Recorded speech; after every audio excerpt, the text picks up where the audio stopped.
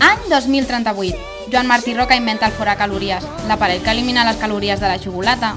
4 mesos abans, Lídia Gómez Pou, directora general de Comèdia Socialos, va decidir invertir en aquest projecte gràcies a l'inesperat augment de la productivitat de la seva empresa, provocat per la lectura massiva per part de la plantilla de l'exitós Yo me llevé tu queso.